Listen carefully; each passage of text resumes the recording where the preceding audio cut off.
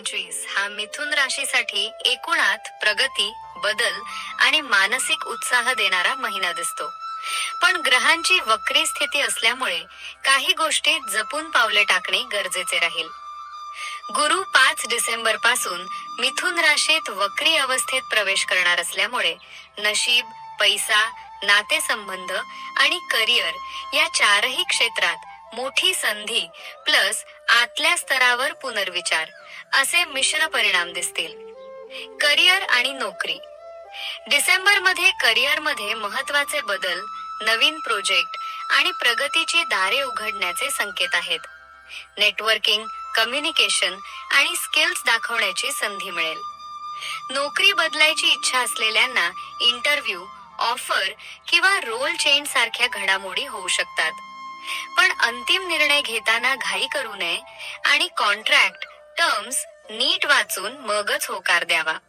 आर्थिक स्थिती आणि गुंतवणूक.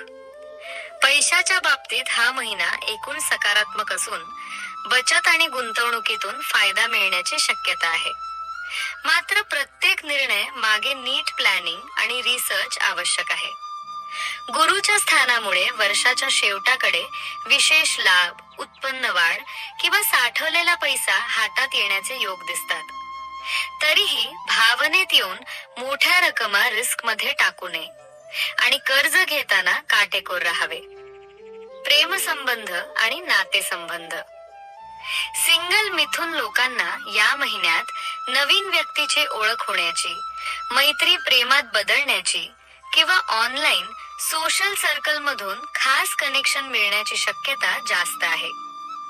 रिलेशनशिप किंवा वैवाहिक जीवनात संवाद वाढवणे, मनातील गोष्टी स्पष्ट बोलणे आणि गैरसमज न वाढवणे अत्यंत महत्त्वाचे राहील.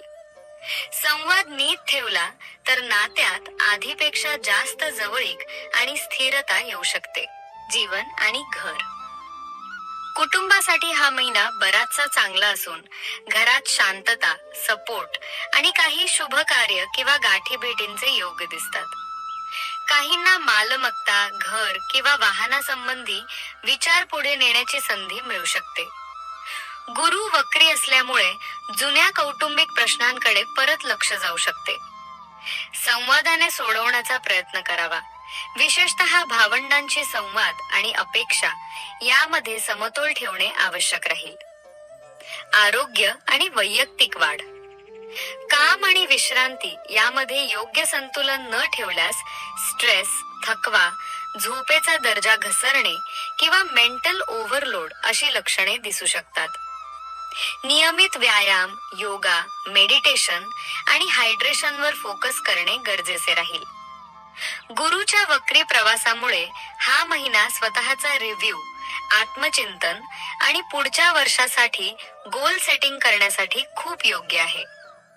Skill upgrade, courses, spiritual practices आणि मेंटल क्लॅरिटी यावर दिलेला वेळ दीर्घकाळ फायदे देईल.